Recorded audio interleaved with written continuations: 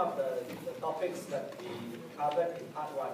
Seems like so long ago, but I think we traveled quite a long distance, in the past 10 to 12 weeks while you're doing this module, right? So let me just dim the lights a little bit, okay? Now, so right at the beginning, I think I won't need to go through the first lecture, which was like introductory material. And then this is, the conceptual aspects which were covered in lecture 2 onwards. Now, of course, I'm just going to do like 40 minutes of quick tour of what we did in 6 weeks. It's not a substitute to you revising on your own as well, okay? But hopefully it will refresh your memory, and then when we look at some questions, you can see how to apply some of these concepts, okay?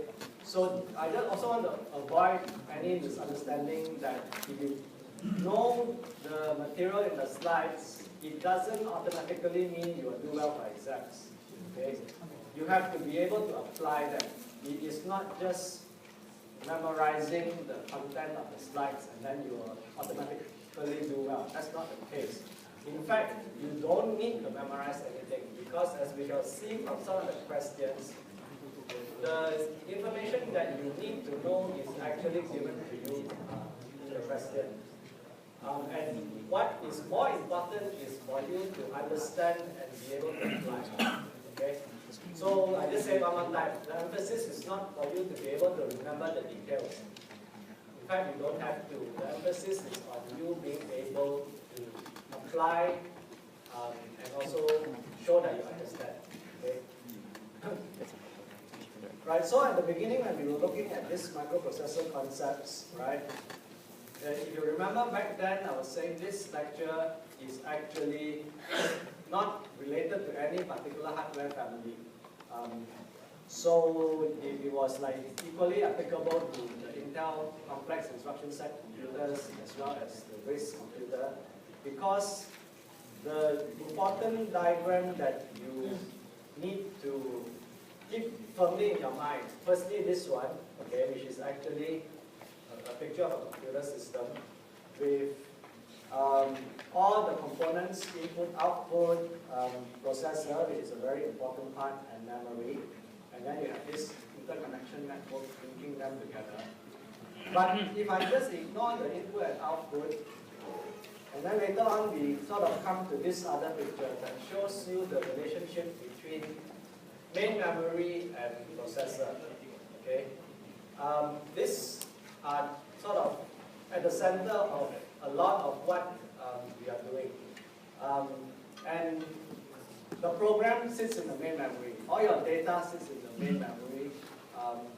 And the processor is the one that's doing the work. And in the processor, you have to know that there are several main registers. Okay? There are some general purpose registers, like R0 to R12, in the case of BC1769. But in other processors, you have different number of general purpose registers. Okay? But you also have something like the program counter and also the instruction register. And in order to execute the program instructions, you have to fetch them from main memory into the processor. So during the fetch cycle, it will come into the instruction register.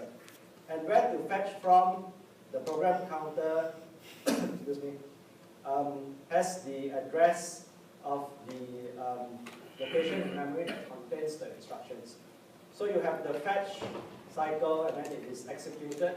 Whatever the instruction is, the instruction may be a load instruction, the instruction may be a store instruction, the instruction may be some addition or multiplication. So during that execute part of the cycle, then it will be executed. Okay? So take home message from this diagram is that you have the processor side of things and you have the memory side of things. And this theme will occur again and again. Later on, when we try to tackle some programming exercises, you also have to remember this basic thing. Okay? So then after that, we looked at how memory is organized. As have been said many times in the past, it's easy to think of it as a rectangular box with 32 bits.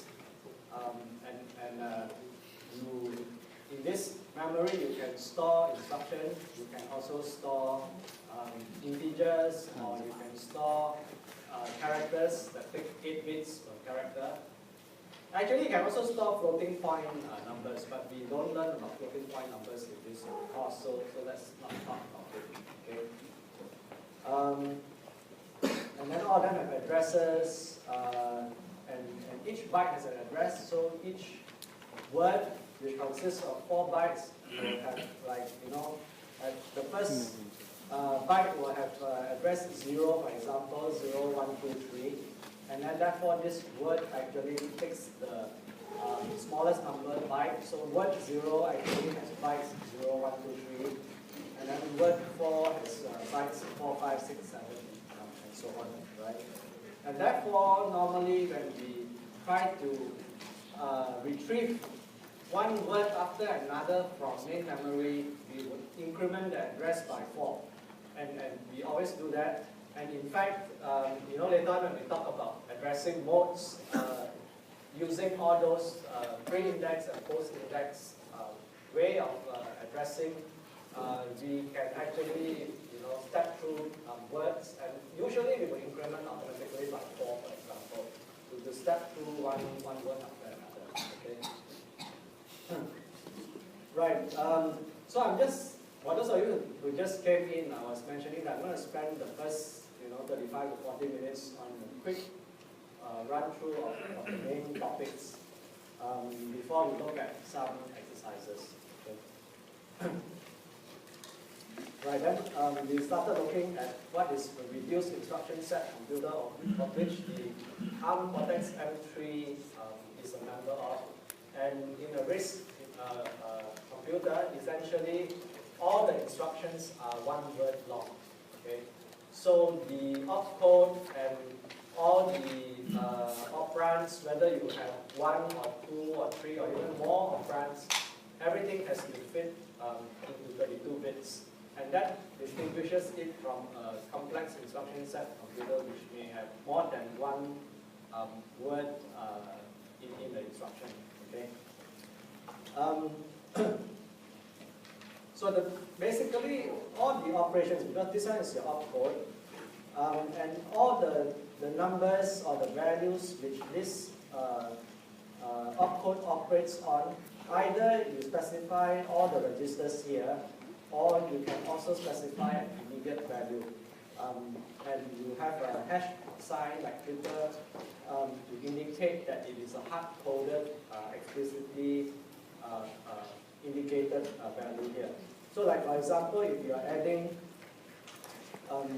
like this, it is taking the contents of register R2, added to the content of register R3, and put the answer in register R4. And all of you have done this in assignment 1. I don't need to really go into this. But just to also point out that if you want to add to number 5, for example, you can also explicitly state that this number 3 in R2 is added to this 5 explicitly, and then the answer goes to R4. Okay. So, of course, in this case, you have no flexibility. It's always added by to 5. If you have a case that it's always added by 5, you can hard code it. If you want to be able to change the number that you add, then you can, of course, change the value inside R3 and you will adopt this form. Okay, then, after that, we went through all this fetch and execute cycle and branching. Now, branching, as long as you know how to manipulate the program counter, you will be able to control or change the flow of the program.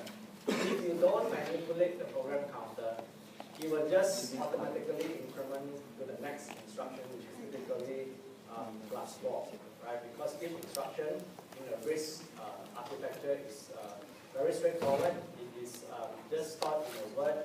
The next one must be in an address that is plus 4 away. So this sort of simplifies the design and does make it very energy efficient and cost effective. So if you want to jump to another part of the program, you can put the address of the instruction that you are jumping to in the program counter, and then that will alter the flow. Sometimes you can just branch off somewhere. If you are doing a loop, it's also similar in concept. You can put the address of the starting point of a chunk of code in the program counter, and then when you reach that chunk of code, you put the starting point again, and then it will just repeat those few lines. Okay? So branching and looping is nothing more than manipulating the value in the program counter, usually when certain conditions are fulfilled, which brings us to this concept of condition codes, that you actually get a flag that indicates whether the last operation resulted in a negative value or zero value or overflow or carry. Okay, and this, since we are still talking about lecture 2 here, and by the way, I hope all of you realize that all these slides which we looked at, about 7-8 weeks ago, is it that long ago? I think so. Is in the IDLE, okay, the annotated ones, we can look at it. So that was the take-home message from lecture 2, right? And then after that, we moved on to lecture 3, which was more specific to the ARM again, right? So in lecture 3, we started looking at the ARM specific layout of the registers. Okay, let me just get rid of this first. Okay, I need to bar that. Okay, so we sort of started recognizing that the microprocessor is just one part up here. The memory is here, but then there are other hardware blocks inside the LBC1769. So now while you are working on assignment 2, you are actually making use of the additional hardware blocks like UART and I2C and so on, okay, GPIO, in addition to the core. And how they are connected together is using a bus that has the high performance part, which is the AHB, and then the slower part is the APB. Even though now you are programming in C, remember that the C program is converted into an assembly language program and is running in the way that I have described. Okay? It doesn't mean that you are doing assignment 2, all of this is no longer relevant. This is the foundation. It is still happening even though you are writing your program in C now. Okay? Okay, then after that, we look at the register layout. We have 0 to 12, which is 13 general purpose registers. And then we have what is known as the stack pointer. Okay? And later on in this lecture 3, we covered the concept of having a stack, which is actually some reserved part of main memory. Okay? And this, when I talk about stack a little bit later, you will again need to remember the division between main memory and the processor, because you are transferring things to and fro between the two parts. It's a bit like Singapore and Peninsular Malaysia. You are crossing the causeway and transferring things across, because the program is sitting on one side. The program by itself can't do anything, and then the processor is sitting on the other side. The processor itself can't do anything, and you need things to be constantly moving between the two parts before the work is done. So, and then you have the link register, and then you have the program counter that we talked about just now, and then also there's the instruction register that's not shown here. Okay, so I leave you to read this yourself. You know that for the link register, upon the completion of a subroutine, you go back to the line in the code after the calling point, and that return address is actually stored in the link register R14. Now, you may also find it useful to revise your assignment 1 code because that does capture and summarize some of your understanding of assembly language as well. Since you already put in the effort, and it is your own effort, you reading your own assignment 1 program should be also a quick way for you to revise your assembly language. Okay?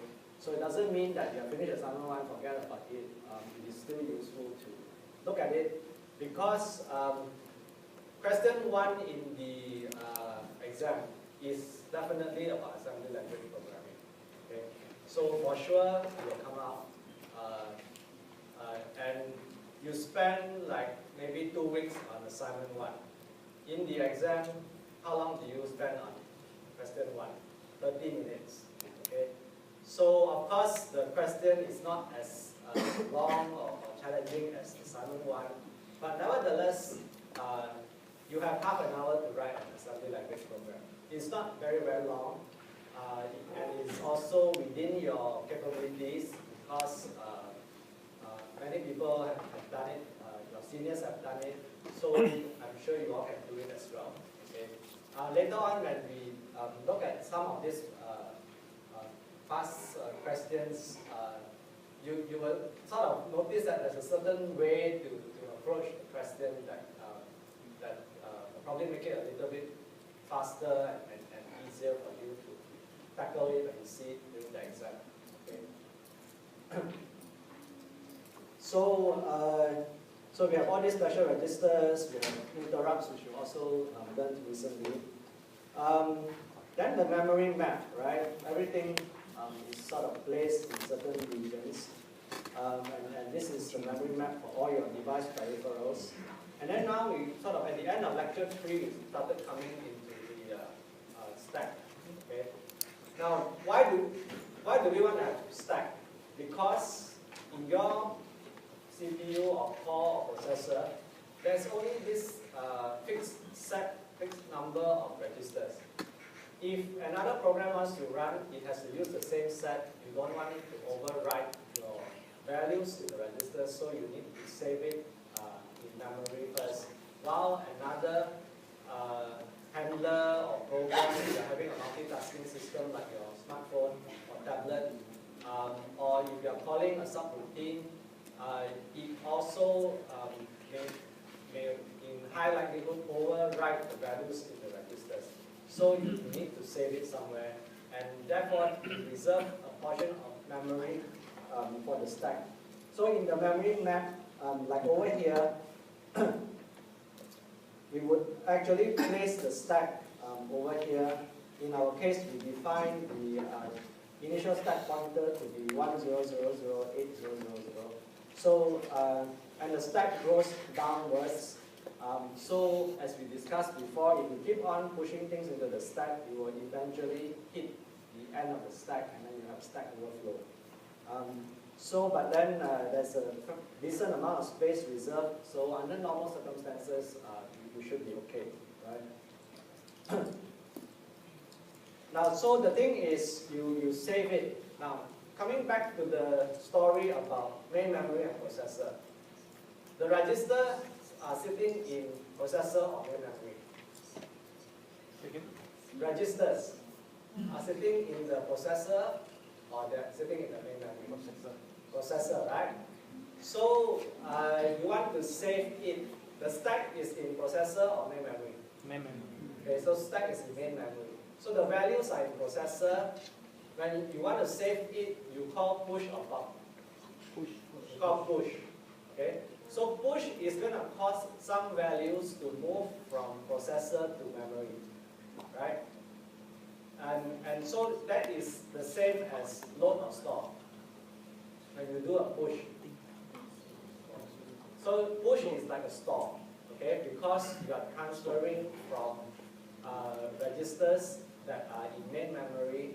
Sorry, you are transferring values that are from registers in processor to main memory. So it's like a store. So After that, when you want to pop out the values from the stack, which is in main memory, to restore the value back into the registers in the processor, it is like a load. Okay, so pop is like a load. We just need to know the direction of movement of the data. If you're unclear, you draw the processor on one side, you draw the memory on the other side. It's like crossing. It's either you're going from Singapore to Malaysia or Malaysia to Singapore. You're going from processor to memory, then it is store. You're going from memory to processor, then it is a load, right? And the registers are of course always in the processor, and the stack is in main memory, which is very big, has much bigger storage compared to the limited number of registers in the processor. Okay, so once you get that concept correct, everything falls into place. Whether it is stack, whether it is push and pop, and later on when we look at instructions, multiple word loads and stores, it begins to make sense.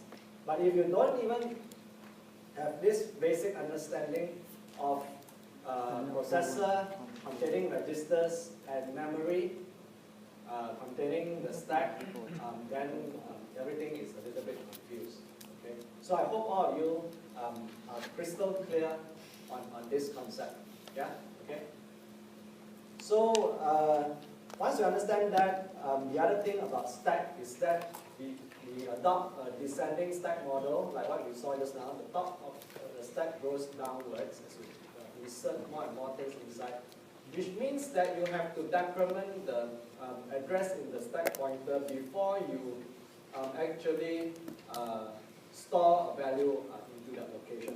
So like for example, if you have a value in register R0, and this is the current last push data, and the stack pointer points here, you need to actually change the address in the stack pointer to refer to this word, and then you store it inside here.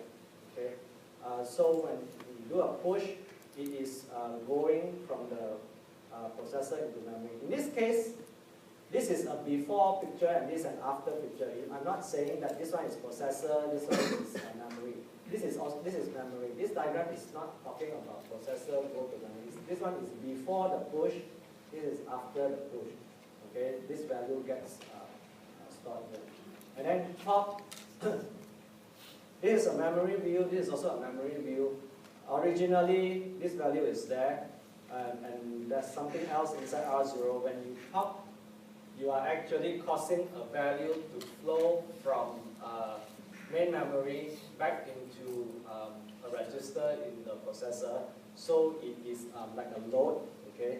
And this gets loaded into R0, and this stack pointer will be implemented and updated. Later on, I will show you an example of like some exam questions which depends on this concept. Okay. Then this is the subroutine. All of you have coded it in your assignment 1 as well. And then remember that your link register R14 stores the address containing all these instructions in the return address. Okay.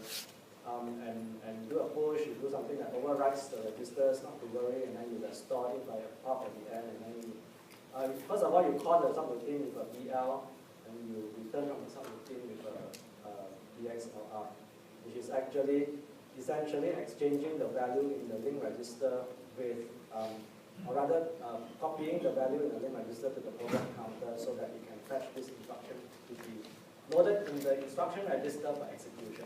Okay? So these are the detailed steps that are done for every instruction. Even now when we are writing very long C programs, this continues to happen, even though maybe now you don't think about it anymore. Okay. Right, so very quickly, we finished like lecture 2 and 3 already. I only want to spend about 40 minutes on all the lectures till lecture 7, so let me keep going. Okay. So now we go into lecture 4. So lecture 4 is when we started learning assembly language, right? And I think all of you would know lecture 4 very well since you were working on your assignment and you probably have referred to this many times. Let me just sort of draw your attention to a few key sections, right? First of all, the concept of having a label and the instruction format, right? So we normally use a label to refer to a memory address that usually contains an instruction. So this usage of labels make it very useful for us to either branch to a certain part of the program or to indicate the start of the loop and so on, what we were talking about earlier on.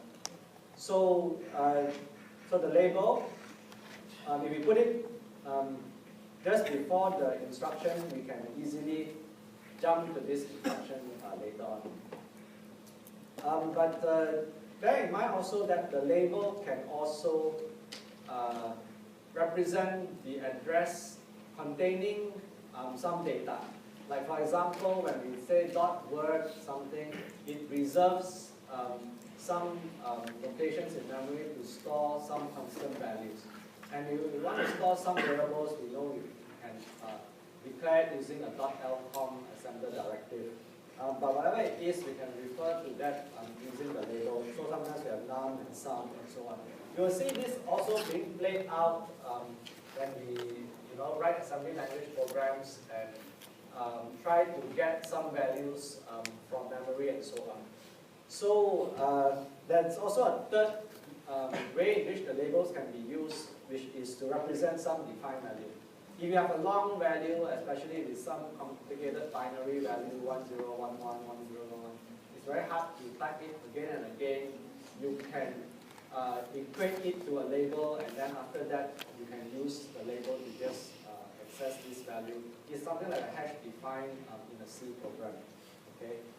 So since labels are everywhere, it is worth pointing this out. And then after that,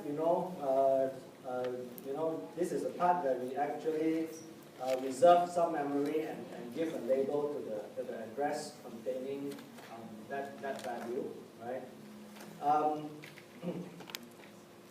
And then after we learned about labels, we started learning about addressing schemes. Okay, we learned about immediate offset, which is actually one of the fundamental ways in which we load a value from memory into a register. Okay, so after we did the memory allocation for data, the memory already contains some values that we need to process, whether we want to add or multiply using those values. So now the thing is, sitting in memory is useless. We need to bring it into the register in the processor, so of course we load it, right? Everything I say also applies to store when we use the opposite direction. We focus on just giving some examples during load. Okay, so always remember these two parts and draw rectangles. Okay, if you keep on drawing rectangles to indicate registers and to indicate memory locations, you won't go wrong.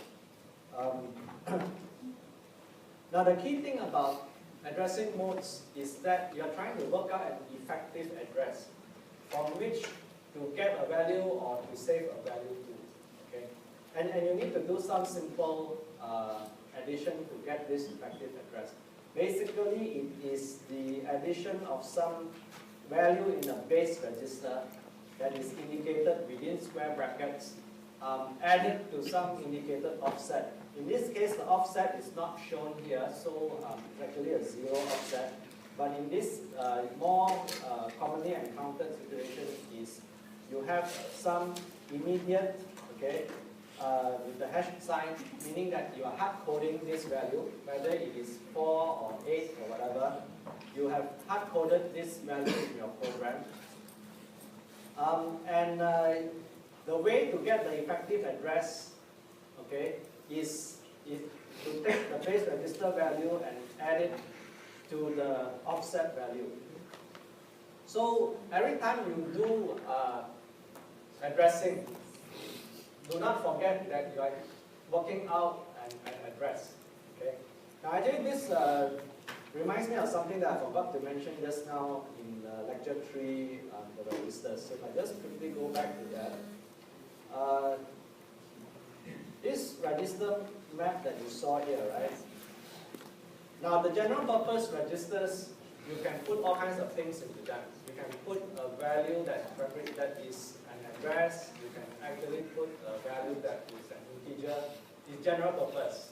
Okay, but this stack pointer and link register and program counter, do you ever put data into them? Okay, no. Okay, you always only put addresses into them because you have no business to use them to manipulate data. Because this stack pointer is pointing to the part in memory that is holding your stack. So definitely it is an address. The link register is a return address containing an instruction. So definitely the content of the link register must be an address. And also the program counter must be an address. The instruction register must be an instruction. Okay. Only the general purpose register can be anything. You can put anything under the sun, whether it is instruction, usually not. Okay. Whether it is you go and load an instruction, it will just blindly go into the general purpose register. You will just think it's a number and load it there. And this probably reminds all of us of a very first question in the tutorial 1, which is, can you tell the difference between instruction and binary value in memory?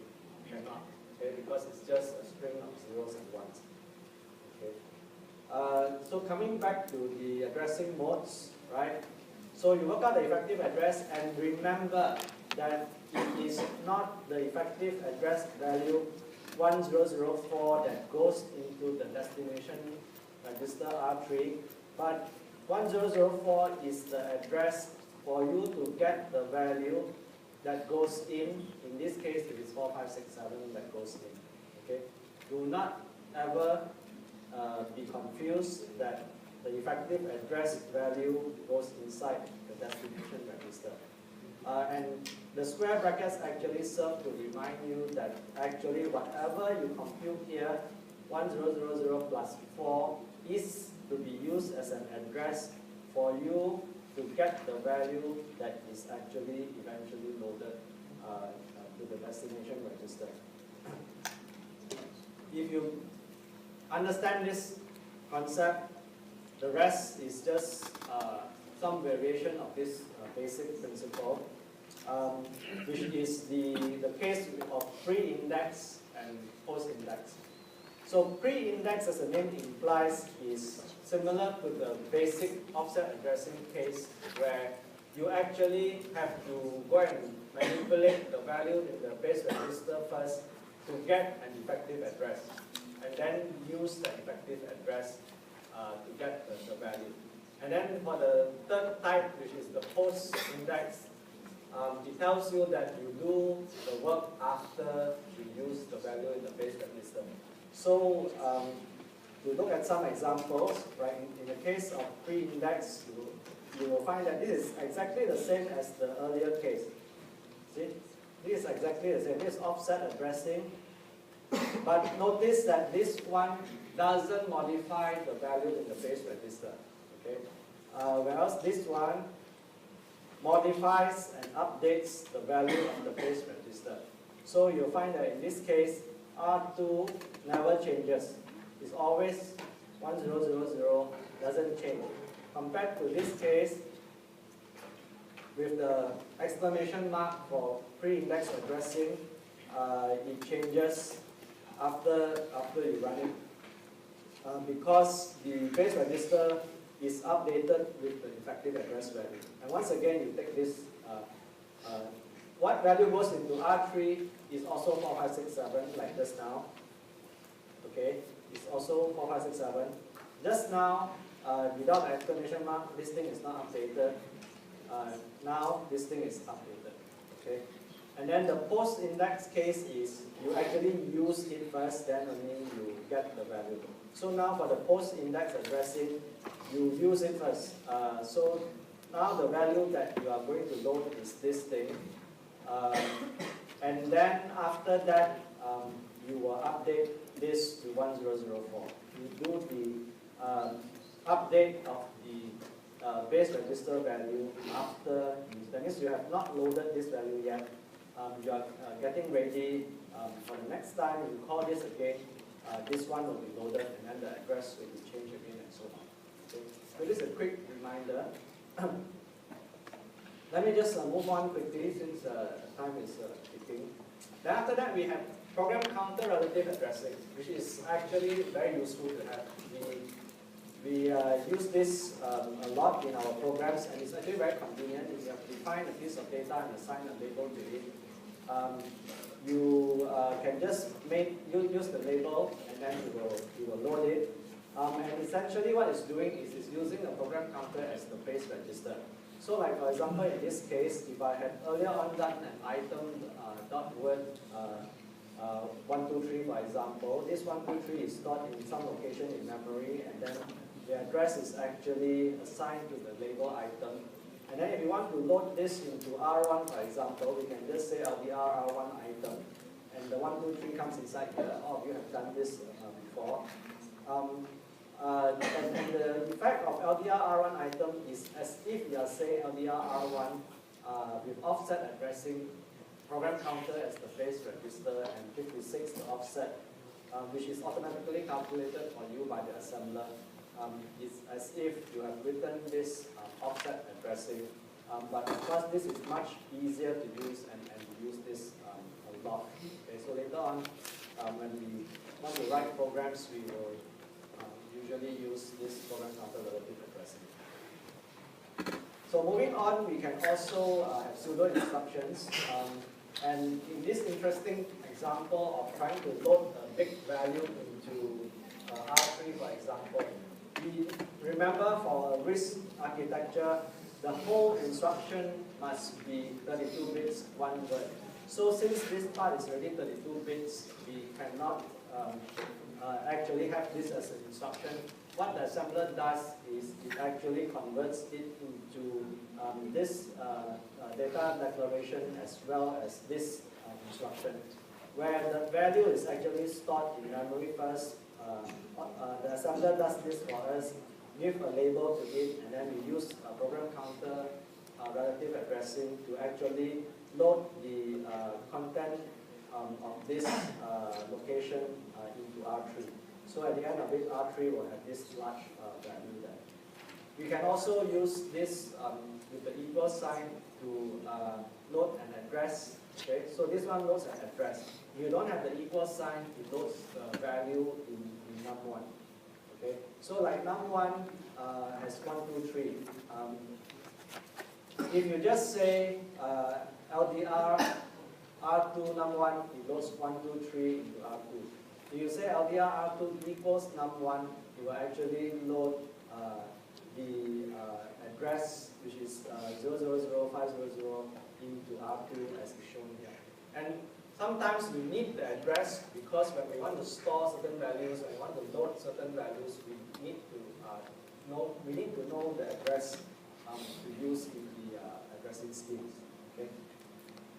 Then multiple word load and store is the foundation to actually push and pop. Because if we have some base register here and a list of registers, so in this case, for example, you're trying to load some values into R0, R1, R6, R7. You don't have to do load 4 times.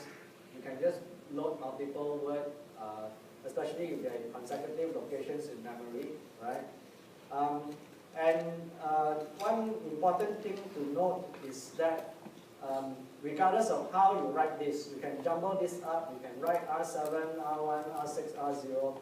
The outcome and the result will still be the same. The lowest address value gets loaded into the lowest numbered register. So the value in 1000 goes into R0, the next one goes into R1, the next one goes into R6. The highest address 1012 goes into R7. Even if you jumble this up, the same thing will happen. So later on, when we actually look at an example of an exam question, you can see that we need to apply this understanding in order to do it correctly. Okay? So subroutines, I think I won't mention anymore. We have seen this. Condition code N, Z, G, and C. When you actually exceed certain ranges, carry usually for unsigned numbers, where everything is positive, and you make use of the full 32 bits. And then overflow is usually for the signed case in which the most significant bit, bit 31, indicates whether it's a positive or negative number. If it's 0, it's a positive number. If it is a 1 there, then it's actually a negative number. And when it is only 1 and the rest all 0, it is actually the smallest possible negative number, which is negative 2 to the power of 31. And then the largest possible positive value there is 0 and 31 ones, which will then have the value of 2 to the power of 31 minus 1. Okay? Anything that is bigger than this or smaller than this is an overflow, and that will be indicated with 1 in this slide.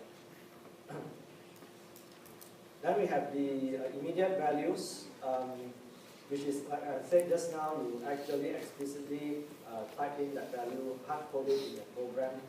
But different instructions from the manual will actually have different ranges. And then if you want to update the suffix, if you have the instruction suffix S, it updates this condition code. So you leave it out, it will not affect it. And this is actually useful when we come to like those logical operations. So now the other thing is operand 2, which when you see multiple operands, like for example this long one, you have to recognize that this is actually treated as a single unit, an operand 2, which is actually either a constant or a register with optional shift. Okay? Then this part is the destination, this part is the first value, and we will sort of see operand 2 a fair bit. Now whether a particular instruction has the operand 2 or not, you are not expected to memorize it. And let me emphasize again that you don't memorize anything. Anything that has all these details is usually explicitly mentioned or given to you the information in the question. Okay. So in this module, you focus on understanding and applying. You don't need to memorize, oh, is it 31 for LSL, 32 for LSR. Anything that forces you to try and memorize, that means it's not something you need to do. Okay, it will be given to you. Nobody can remember that LSL is 31, LSR is 32, and you're not expected to know all this. You need to remember all this. So, and then move, and then add, we all know very well. Multiply, we all know very well. Then we have that program example, and then compare. Compare is very useful to know whether a number is larger than or greater than another number. And compare is actually like subtraction, but we don't store the result, we discard the result. Okay? And it's something like subtraction with an S suffix in the case of compare. And for compare not, it is actually going to take a not of the second register that you specify. Then because it's negative, negative is almost like an add, so it's like an add with an S suffix, but you don't store the result. And then since the flags are updated, you can do conditional things like branching or conditional execution using the IP block that you will see in a while. But in terms of logical instructions, things that does the logical things like AND OR and exclusive OR, they are things that we know about. but the interesting ones are bit clear and or not, which actually bit clear is like an AND NOT, where you actually NOT the value in the second register first before ending it to the first one. So like for example, if we have like this case here, now every time you see all these registers, it is useful to draw rectangles. Okay, so when you revise and look at these annotated slides, and you look at all the rectangles that I've drawn in the past, hopefully it will encourage you to do the same thing as well. So this one indicates the bit pattern that you want to clear. So bit 0 and bit 2 are 1. That means your outcome here, bit 0 and bit 2 must be 0. So this is whatever pattern you have, it is going to be not to get this, and then you're going to end it with this. So surely when you end with a 0 and a 0 here, you end up with a 0 and a 0 here.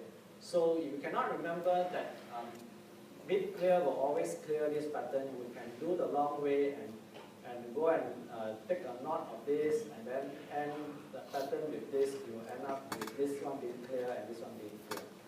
Or not is probably not so useful, but bit clear, in fact, later on when we look at some programs when we actually want to set certain bit patterns in, let's say, a pin cell register, we will use bit clear to do it.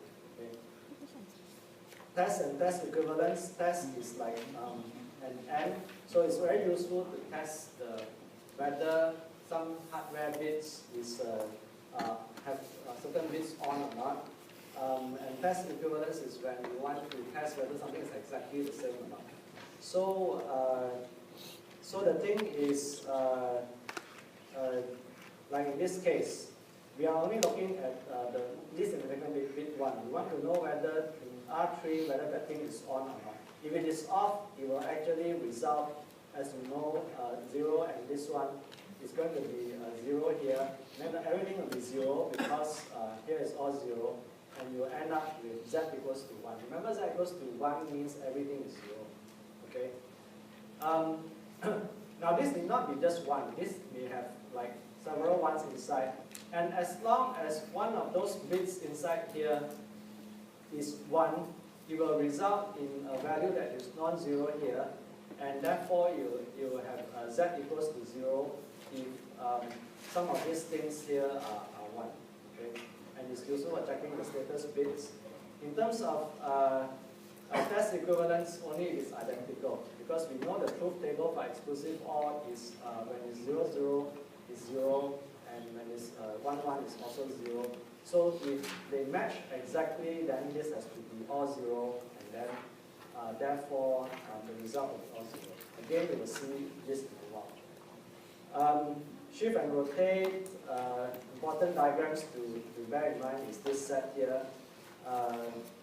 Remember that some of them go into the carry flag, and it will update the carry flag only if you specify the S suffix.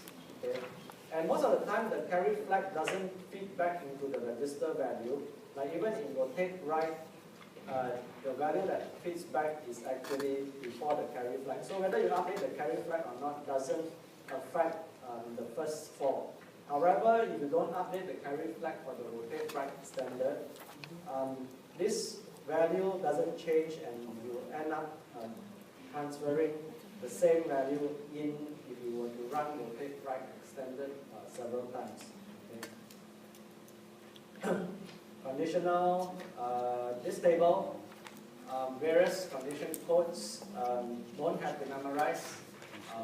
If you need to use it, it's given to you in the question, and you pick the appropriate condition codes. Okay, and then branch, we've seen before, and some program examples. Linky, whether it's hardware register or memory location, is the same thing, and that's all. Okay, so we finish lecture 4 also, right? Am I going too slowly? All these things you know already, right? Am I spending time?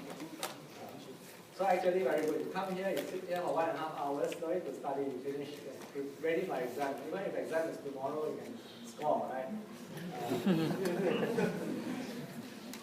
Exam is on first day, 23rd November. Okay? Okay, so let me just quickly, I think I won't talk about lecture 5, which is actually on CMSIS. Lecture 5 is important not so much for itself, but because it set the stage to make the transition from C programming, from assembly language to C programming, and then you being able to do a lot of nice stuff in your assignment tool using C language. So let me just spend a few minutes on lecture 6, which is on the pin connect block and pin cell and pin mode. Pin cell, as we know, each pin has 4 functions. We just want to select the appropriate function by writing the bits, whether it's 0, 0, 0, 1, 1, 0, 1, 1 in certain bits. Okay.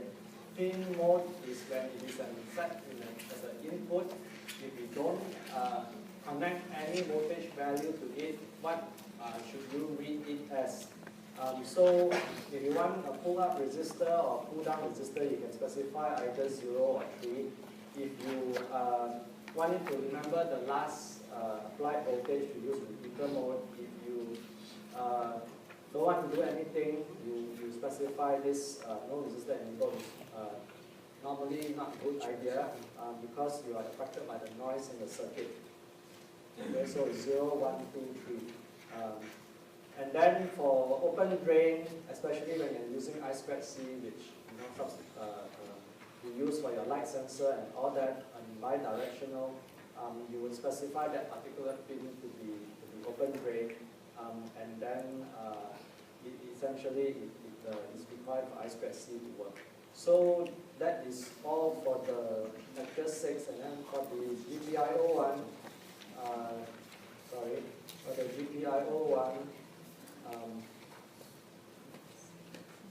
for the GPIO, as we know, GPIO is just an on-off switch. We have many on-off. If it is on and you connect an LED to it, the LED lights up. If it is off, you connect LED to it, nothing lights up. We can make this signal switch on and off slowly, then we get blinky. We can make this signal switch on and off very quickly, then we can get musical tone. Okay, we did that. So the important thing about GPIO is that there are 5 ports, 0 to 4, with different number of pins. And then there are certain registers that control it, like direction, set, clear, pin, and mask. And there is actually a register. That means the value that you set is remembered. And then if you connect an LED here, the LED will light up. If you want to clear it, you will not set it with a 0 value, but you will write a 1 to the specific bits in the clear register. Okay, so the set register, you actually just set things that you want to turn on. What is a little bit more tricky is the pin register. And this one is almost like connecting a voltmeter to the physical pins to measure the voltage there, whether it is high or low. So especially if you are connecting a switch there, like the push button, you can actually do the GPIO read to read the value in the FIO pin register to know whether it's logic high or low.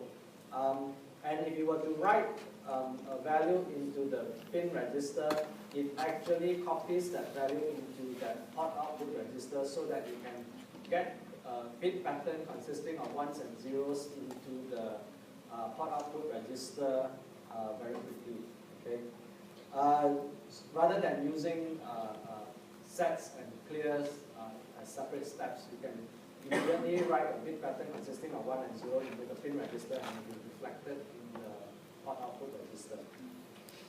Mask is to mask off or lock, cover off certain bits that you don't want to be disturbed. So important thing in GPIO is this 5 registers and also some of the functions. We only need to worry about the word flavor. We don't need to care about the half word of the type. Okay? And then we played some music. And then after that, we went on to GPIO as interrupt. Remember that port 0 and port 2 pins are the only ones that can be used as interrupt. and they are linked to external interrupt 3 to the AND gate. Again, you have some hardware registers to control it or to show the status, to enable it, but then the rest, and also to clear it. The others is to show an overall status, whether port 0 has any interrupts or port 2 has any interrupts. And then if there are interrupts, then which pins have specific interrupts, you can look at the status register to find out the details. Okay. And I think that is all for the concept part. Okay. Now, like I said, even if you knew and remembered everything that I talked about in the past 50 minutes to an hour, does it guarantee you an A or 100 marks? It doesn't. Okay. The trick is being able to apply, not being able to remember all of this.